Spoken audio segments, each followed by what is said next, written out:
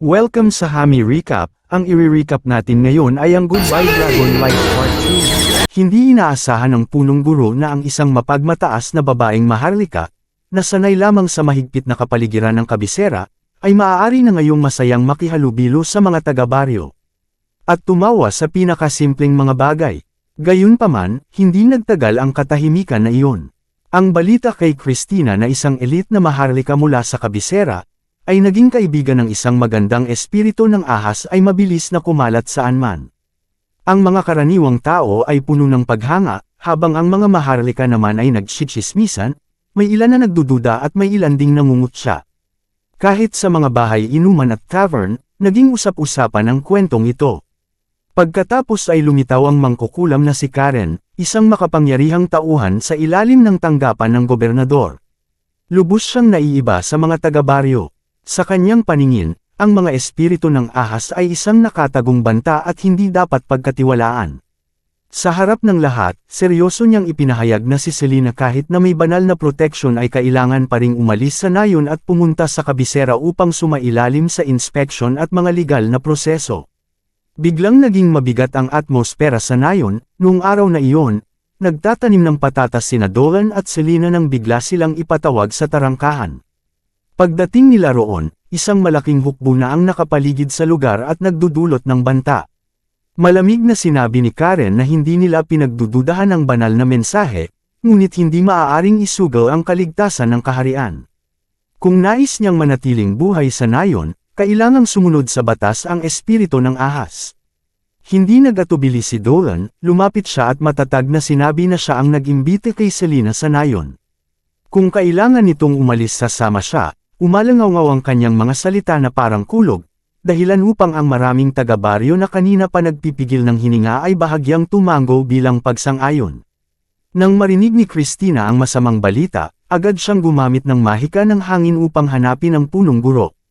Samantala, yumuko si Selena, nararamdaman ang matinding pagkakasala, natatakot siya na ang kanyang presensya ang nagdala ng maraming problema.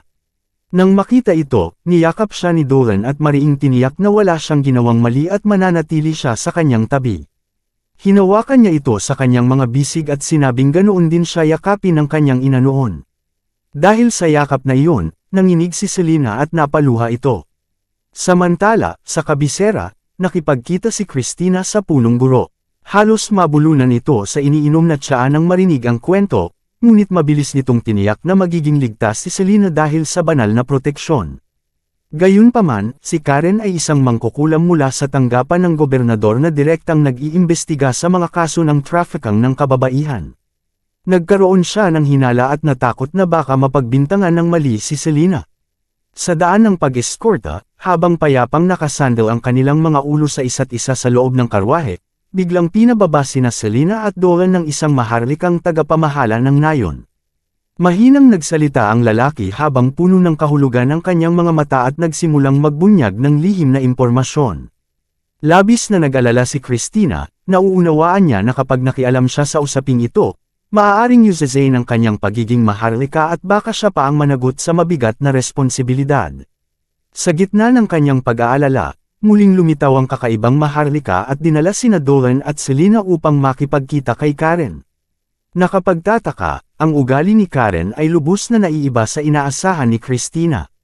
Hindi inaasahang naging magiliw siya, kalahating mapagbiro at kalahating palangiti, at sinabing napakaganda ni Selena para arestuhin. Nangako rin siyang tutulungan itong mabilis na makumplito ang mga kinakailangang proseso. Sa unang tingin ay tila nakahinga ng kaunti sina Selena at Dolan, ngunit may kakaibang kaba pa ring nanatili sa kanilang mga puso. Matapos silang anyayahan ni Karen sa isang piging, nagsimula ang handaan ng normal. Ngunit nang bahagya na silang nahilo sa alak, biglang ibinaba ni Karen ang kanyang boses at nagbunyag ng nakakatakot na lihim. Ikinwento niyang maraming beses na siyang nakipag-ugnayan sa mga espiritu ng ahas at may mapanuyang ngiti pang nagsabi na maganda raw tingnan ang kalistis ng ahas at masarap din kapag niluto. Biglang bumigat ang hangin sa hapagkainan na para bang natabunan ng nakakalasong ulap. Nagkatinginan ang dalawa ng may pangamba habang tumitindi ang kutob sa kanilang mga puso. Tunay nga na ang babaeng ito ay parang isang halimaw na nagtatago ng malupit at mabangis na kalikasan sa likod ng magalang na anyo. Samantala, isiniwalat ng matandang Maharlika ang mga nakakatakot na pangyayari. Ang sunod-sunod na pagkawala ng mga babae sa kabisera ay malamang na may kinalaman kay Karen. May usap-usapan sa mga Maharlika na higit 300 taon na raw siyang nabubuhay, na imposible para sa isang karaniwang mangkukulam. Ang tanging paliwanag ay gumamit siya ng ipinagbabawal na mahika, ninanakaw ang mga katawan at buhay ng mga kabataang babae upang pahabain ang kanyang sariling buhay. Kinumpirma ng matandang Maharlika na si Selena ang susunod na target ni Karen. At sa isang madilim na lugar, nagsisimula ng magkatotoo ang kakilakilabot na hula. Pinatulog ni Karen si Selena at naghahanda na para sa isang ritual ng pagbabalat ng balat. Sa sahig ay may mga pormasyong mahika na nabahiran ng dugo. Si Dolan, na akala ay walang malay, ay biglang nagising.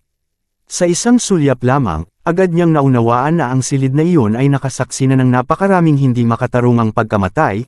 Ang mga tuyong mantsa ng dugo at kakaibang simbolo ay patunay na napakarami ng pinatay ni Karen. Nang tanungin siya, kalmado niyang inamin ang lahat at mayabang pang sinabi na hindi na niya maalala kung ilan na ang kanyang naging biktima. Pinipili raw niya ang pinakamagagandang bahagi ng katawan mula sa iba't ibang lahi upang ilipat sa sarili niyang katawan. Ang balat ng mga elf, ang mga binti ng tao, at ang buhok ng mga dalaga ay naging sangkap sa kanyang karumal-dumal na pananaliksik. Higit pang nakakatakot, hindi lamang napaparusahan ang mga gawaing ito kundi pinupuri pa ng ilang tiwaling Maharlika. Nagising si Selena sa gitna ng eksenang iyon, puno ng takot at galit, nanginginig ang kanyang tinig habang kumikislap sa galit ang kanyang mga mata ng ahas. Sinabi niya na ang mga taong sinaktan ni Karen ay nais ding mabuhay at magkaroon ng kaligayahan. Ngunit malamig na sumagot si Karen na ang mga iyon ay walang halaga at mas mabuting maging pagkain na lamang para sa kanya. Hindi niya alam na bawat salitang sinasabi niya ay naitatala ng espesyal na hikaw na ibinigay ng matandang Maharlika kina Dolan at Selena. Nang makuha ang ebidensya, dumating si Christina kasama ang mga gwardya at agad nilang inaresto si Karen. Dahil kumpleto ang mga saksi at ebidensya, nalantad ang kanyang krimen. Ngunit nanatiling mataas ang ulo ni Karen at baliw na sumigaw na hindi sila nakakaunawa. Mula pa raw pagkabata ay mahilig na siya sa kagandahan. Dahil pangit siya, ninanais niyang angkinan ito. Ninakaw niya ang makintab na buhok ng mga dalaga, binalatan ang balat ng mga elf, at kinuha ang mapuputing kamay ng iba. Unti-unti raw niyang binuo ang sarili bilang taong hinahangaan ng mundo. Hindi raw alam ng lahat ang presyong binayaran niya para sa perpektong iyon. Nang maipit siya, tuluyan siyang nabaliw at gumamit ng ipinagbabawal na mahika, ang kanyang katawan ay nagbago at naging isang nakakadiring halimaw na may pinagtagpi-tagping balat ng tao.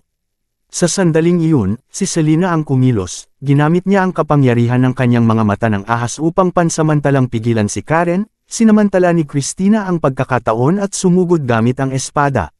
Si Dolan naman ay agad na gumuhit ng pormasyon ng mahika sa lupa na may mensaheng ang kagandahang itinayo sa paghihirap ng iba ay hindi kailanman maaaring umiral. Nang magliwanag ang pormasyon, nilamon nito si Karen at tuluyang winasak. Natapos ang lahat, ngunit hindi maliit ang naging kapalit. Dahil sa paggamit ng ipinagbabawal na kapangyarihan, pansamantalang ikinulong si Selena para sa investigasyon. Hindi siya iniwan ni Dolan at nanatili sa kanyang tabi sa kabisera habang nag-aaral din ng pagsusulat ng tao upang mas makibagay. Sa tulong ng matandang Maharlika at ng punong guro, napatunayang inosente si Selena. Humingi sila ng paumanhin sa paggamit sa kanya bilang pain upang mahuli si Karen. Sa huli, binigyan si Selena ng opisyal na pagkakakilanlan at pasaporte. Pagkatapos nito, dinala ng punong guro sina Dolan at Selena upang makilala ang anak ng guro ni Dolan at ipinasyal sila sa mataong mga lansangan ng kabisera. Gayunpaman, dahil isa pa ring espiritu ng ahas si Selena, may mga taong tumitingin sa kanya ng may takot at pag-iingat.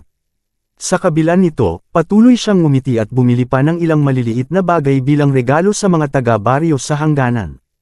Mas lalo itong pinahalagahan ni Dolan. Bago sila umalis, tinanong siya ng guro kung nais niyang mag-aral sa Royal Capital Academy. Sinabi rin ng punong guro na napaka-espesyal ng kaluluwa ni Dolan at kung pag-aaralan niya ang mahika ng maayos, malayo ang mararating niya. Tahimik na sumagot si Dolan na pag-iisipan niya ito pagbalik sa nayon. Hindi maitago ni Selena ang kanyang pagnanais na manatili pa siya, ngunit alam ni Dolan na higit siyang kailangan ng mga taga-baryo sa ngayon. Pinayuhan naman siya ni Christina na sa akademya ay marami siyang matututunan at dapat niyang subukan kung may pagkakataon. Habang nagdadalawang isip pa si Dolan, dumating ang hindi inaasahang masamang balita. Natuklasan ng mga espiritong nagbabantay sa kagubatan na ang kanilang teritoryo ay sinasalakay ng mga halimaw at marami na ang nasawi. Muling bumalot ang anino ng panganib. Sa kailaliman ng kagubatan, nakita ng mga nagbabantay na espiritu ang isang napakalaking puwang sa espasyo. Mula sa madilim na bitik na iyon, bumuhos ang napakaraming halimaw na parang itim na talon, habang ang kanilang mga alulong ay nagdulot ng matinding takot sa mga ibon at hayop na agad nagsitakbuhan. Halos wala ng oras ang mga espiritu upang makapagreaksyon bago sila matuklasan ng mga halimaw, na sumugod patungo sa kanila na parang nagngangalit na ipo-ipo. Naganap ang labanan sa isang maikli ngunit madugong sandali, at tuluyang nalipol ang buong pangkat ng patrolya, na nag-iwan lamang ng nakakatakot na bakas sa malamig na hamog ng kagubatan.